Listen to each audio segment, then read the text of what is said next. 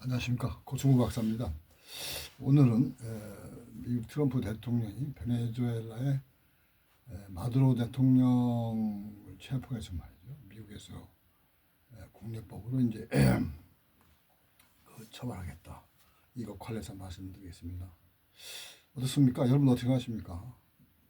외국이 말이죠.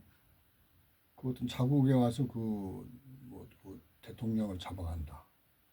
물론 마두로가 지난 13년간 많은 독재 정치라고 많은 논란을 일으켰죠. 마약이라든지, 그다음에 국내 정치가 부정부패로 얼룩졌다. 또 부정 선거를 해서 대통령에 당선돼가지고 취임했다. 문제가 많이 있습니다. 그래서 미국이 이제 그 국내법으로 해가지고 베네수엘라를 침범해서 마두로를 새벽에 이제 야밤에 잡아가지고 그 부부를 미국으로 압송을 했죠. 여기에 대해서 이제 여러 가지를 설명할 수 있겠죠.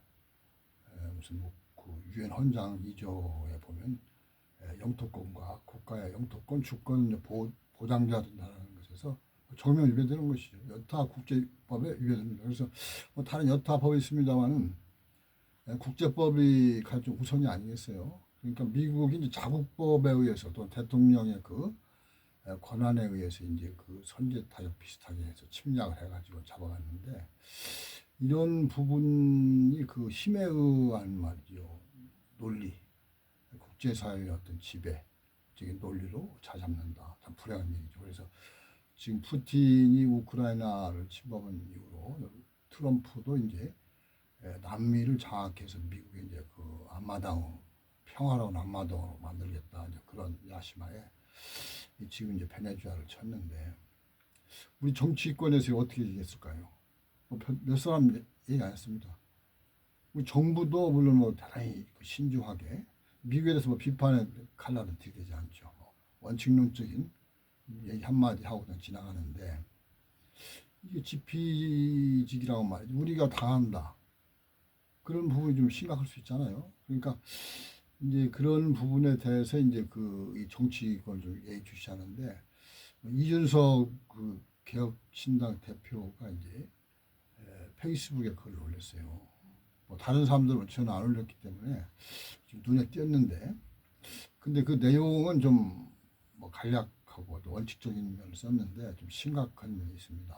그러니까 그 기사를 좀 시간이 없기 때문에 요점만 말씀을 드리면 마두로 대통령에 적용된 논리가 북한의 김정은 국무위원장에도 적용될 수 있다. 그러니까 미국이 말이죠. 국내법에 의해서 이른바 테러 조직, 테러 지원국의 어떤 베네수엘라가 지목이 됐기 때문에 미국의 대통령 권한 ATTU법에 의해서 침범을 한 것으로 이제 합리화시키면서 그것을 보면은 이준석 대표는 이제 주권 면제. 그래서 한 국가의 법원이 다른 국가를 필요로 하고 재판권 행사할 수 없다.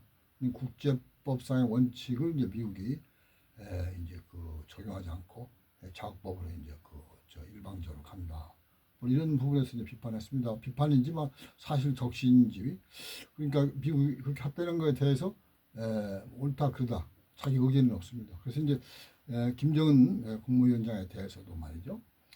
유사한 범죄를 쭉 열거를 했죠. 여러 가지를 굉장히 많은데 그래서 이런 부분에 대해서 이제 마두로가 당한 것 같은 말이죠. 그런 일이 김정은 위원장에도 이제 발생할 수 있는 거 아니냐. 근데 이것은 말이죠. 참 무서운 얘기죠. 사실은 한국적인 특성, 한국과 미국의 군사관계, 군사 주권의 관계를 볼 때 이런 일 할 수 있을까? 그러니까 이건 이준석 대표가 젊은 사람으로서 이제 어떻게 보면 오래 정치할 사람이잖아요. 아직 결혼 안 했습니다만 어차피 정치를 계속 할 경우에 남북 관계, 한미 관계에 대해서 어떻게 사실관계 입각한 그런 면에서 좀 가장 바람직스러운 그런 정치를 하면 좋겠죠. 그런데 지금 이제 그 미국의 베네수엘라 침공에 대해서 말이죠. 북한에 대해서도 발생 가능하다. 이렇게 이러는데 사실 이 부분은 뭐 새로운 얘기는 아니죠. 미국이 지난 70여 년 동안 북한에 대해서 뭐 지속적으로 뭐 선제 타격, 뭐 참수 뭐 작전이다. 뭐 지도자를 나는 살해하겠다. 요즘에도 이제 한미 연합훈련이 그런 것이 있는 것인데, 그래서 이제 그 한미 북미 관계, 남북 관계에 비추어 가지고 지금 과연 그 미국의 베네수엘라 침공과 같은 이 북에 대해서 가해서 어떻게 될 것인가? 어떻게 될 것 같아요, 여러분들은?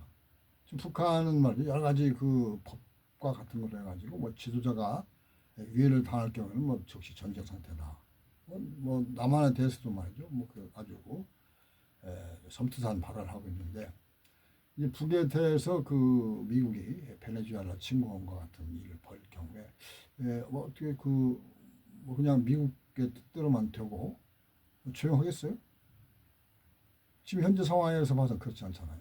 그리고 북한이 그런 부분에 대해서 계속 지금 얘기를 해온 것이 있는 대응하겠다는 것인데, 이준석 대표가 말이죠, 그런 부분에 대해서 전혀 뭐 사전 지식이 없는지 있는지 뭐 그 참 분간이 안 될 정도로 좀 순박한 얘기를 하는 것인데, 북한에 대해서 미국의 선제 타격을 뭐그 여러 차례 검토했다라는 건 보도가 많이 됐습니다. 클린턴 때도 했고 트럼프 일기 때도 했습니다. 그런 부분에서 이제 그 미국이 이제 북한에 대한 선제 타격 그 위협이라는 것은 이제 새로운 사실이 아닌데, 이제 문제는 이제 북한이 거기에 대해서 강력 대응하겠다는 것인데, 그렇다면 말이죠, 결국에는 미국이 이제 베네수엘라를 침공하는 것 같은 일을 북한에서 벌일 경우에는 한반도 전면전을 피하기 어렵다. 이게 사실 이것입니다. 그래서 이런 부분에 우려를 하는 것은, 우리가 이제 휴전선 155마리 이직선으로 되어 있잖아요. 한 곳에 터지면 일단은 걷잡을 수 없이 이제 전선으로 이제 번지게 되는 것인데, 이런 부분에서 이제 그 윤석열 전 대통령을 생각하게 돼요. 지금 북한에 대해서 드론으로 자극해서 이제 전면 무력 도발을 유도하려 했다.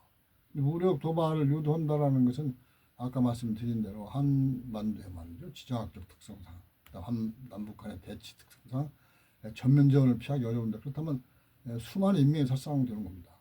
그러니까 윤석열 전 대통령이 말이죠, 어떤 정치적인 야욕이죠. 그래서 말이죠, 국민 다수를 희생시킬 뭐 그런 방안까지도 그 북한 상대로 추진했다.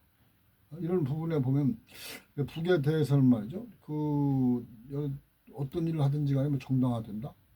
근데 그런 부분에 대해서 이제 논란 여지가 있겠죠. 뭐 찬성하는 사람도 있고. 그러나 중요한 것은 남북이 대치하는 상황이고, 그리고 어떤 일이든지 간에 그 전쟁이 발생했을 경우 이 남한만 얘기를 할 때도 수도권에 지금 뭐 국민 절반이 모여 있는 상황인데 엄청난 인명 피해를 피할 수 없는 것이죠.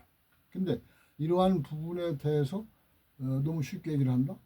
윤석열이 같은 그런 부분도 보면은 제가 보기에는 지금 의안죄로 해가지고 지금 재판을 받고 있습니다만은 엄청난 처벌을 받아야죠. 사실은 전쟁을 야기했다는 것은 전 국민이 말이죠, 전쟁의 참화를 당하게 만들겠다는 그런 의도인데, 트럼프도 보면은 완전히 뭐 어떤 논리든지 간에 무슨 뭐 그자는 미국 국내법에 대해서 자기가 합법적이다. 그다음에 이제 마두로 대통령이 여러 가지 범죄자다. 그래서 미국 국내법에 의해서 지금 기소가 되어 있기 때문에 처벌하겠다. 뭐 그럴 수 있습니다. 근데 역시 이제 그런 것이 보면은 현재 보면은 이건 뭐 제국주의 시대에 말이죠, 좀 무법자적인 난폭한 지도자다. 뭐 히틀러라든지 말이죠, 스탈린, 뭐 이런 사람들하고 비교할 수 있는 거 아니에요? 그러니까 트럼프가 지금 현재 보면 미국에서 지금 여러 가지 비판이 나오고 있는데, 그 중에 하나는 이제 왕처럼 군림하려 한다. 뭐 자기 어떤 의사가 있으면 말이죠, 밀어붙이는 거예요, 그 부분을. 대해서. 그래서 보면은 뭐 지금 뭐 미국 내에서 말이야 이민자 외국 근로자라든지 이민자 그다음에 이제 저뭐 성소수자라든지 뭐 이런 부분에 대해서 그 여러 가지 말이죠. 사실은 그 대단히 심각한 큰 원칙에 어긋나는 이제 그러한 그 시책을 정책을 이제 강요하고 있는 것인데 역시 이준석 그 대표가 말이죠 그런 부분에 대해서 별로 심각하지 않다. 저는 그런 그 트럼프 같은 지도자는 참 그 사람에 대해서 참 입에 담아야 될 모든 부정적인 언사로 다 비판하고 싶어요. 그리고 그런 사람을 대통령을 뽑은 비국민의 자질에 대해서도 굉장히 실망스럽습니다. 분노스럽고. 근데 그러한 지도자가 이제 다시는 나와서는 안 될 것 같은데 이준석 대표는 말이죠. 그 일단은 그 말이 자국법에 의해서 트럼프가 외국 침략한 것에 대해서 뭐 그냥 하나의 그 가치 판단 없이 말이죠 제기하면서 북한에도 뭐그 적용될 가능성이 있다. 뭐 이런 식으로 얘기를 한다라는 것은 참 실망스럽고 절망스러운 부분이에요. 젊은 정치인이 앞으로 오래 정치를 한다는 저런 식으로 정치를 했을 때 어떻게 될 것인가. 한반도의 특성상 말이죠. 우리가 그 한미 관계, 한미 그 군사적인 예속 종속 관계에 대해서 뭐 제 여러 번 말씀드렸습니다만은 이 관계부터 사실은 심각합니다.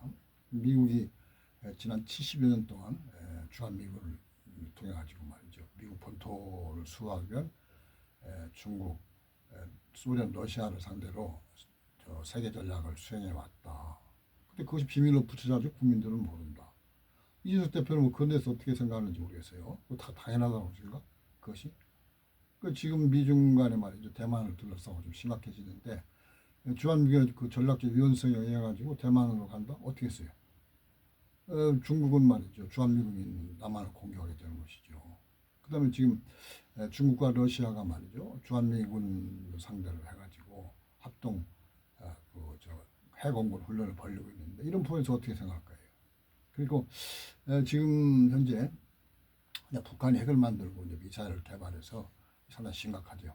뭐 두 국가로를 얘기를 하기 때문에 어떻게 대화를 해야 될지 교류 협력을 해서 이제 그 평화 통일로 가야 될지 알 수가 없는데 그러나 우리가 이제 그 원칙을 얘기할 때 저는 그 민족이 우선한다고 볼 그 가치 있는 존재는 찾기 힘듭니다. 인류 사이에 민족이라는 공동체의 말 응집리라든지 구심리가 가장 강하고 그 부분에서 남북 분단도 마찬가지예요. 지금 김정은 위원장이 무슨 뭐 이웃가론 얘기하면서 얘기했는데 어떤 그저뭐 일시적인 뭐 분노라든지 어떤 뭐 자기 철학에 관한 하더라도 민족 자체를 말이죠.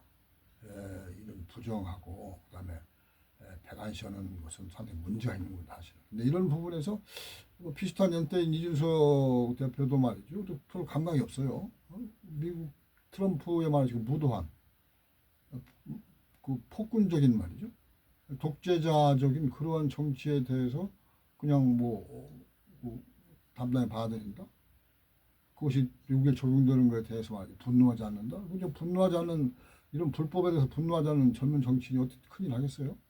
그래서 이런 부분에 지금 미국이 말이죠. 그 베네수엘라를 침공하는 것은 향후 국제 그 정세에 큰 부정적인 미칩니다. 제가 보기에도. 그러니까 이게 말 힘에 의한 국제적인 말이죠. 그 정치, 외교, 군사관계가 그 지배가 된다는 것이죠. 그러니까 이게 이제 그러면 약소국가도 어떻게 되겠어요? 이런 부분에. 그리고 한국도 지금 한미 군사관계가 이렇게 지금 종속 여수적인 관계고, 그 다음에 중국, 러시아도 뭐 강대국이잖아요. 그래서 지금 한국에 대해서 말이죠. 과연 미국의 동맹으로서 동맹을 더 나아가서 미국의 말 52개 주와 같은 그런 좀 예술적인 상태로 해가지고 중국, 러시아를 상대하고 있는데 이런 부분에서 이준석 대표는 말이죠 어떻게 보고 있는 것인지 그것이 과연 뭐 현재도 바람직스럽고 미래도 바람직스럽다고 생각하는 것인지 그러니까 우리 지금 남북한의 적대 관계를 말이죠 무력이 아니면 풀 수 없는 것인지 그러니까 왜 이런 적대 관계가 지금 그 상승된 것인지 원인에 대해서 고민해 봤는지 이런 부분에 대해서 이제 질문을 하면서 그 이준석 대표를 봤을 때 윤석열이 아바타, 그다음에 트럼프의 아바타 비슷한 사람 아니냐, 그런 정치인이냐라는 그 비판을 말이죠 제기하는 바입니다. 그래서 우리가 그 정치권이, 여기도 정치권이 정말 정신 차려서 한미 군사 관계의 예속성을 좀 탈피하고, 그러면서 이제 자주적인 국가로 나가서 그 동북아 평화, 세계 평화에 기여할 수 있기를 바라고, 이준석 대표도 그러한 식으로 기여하길 바랍니다. 이상으로 마치겠습니다. 고맙습니다.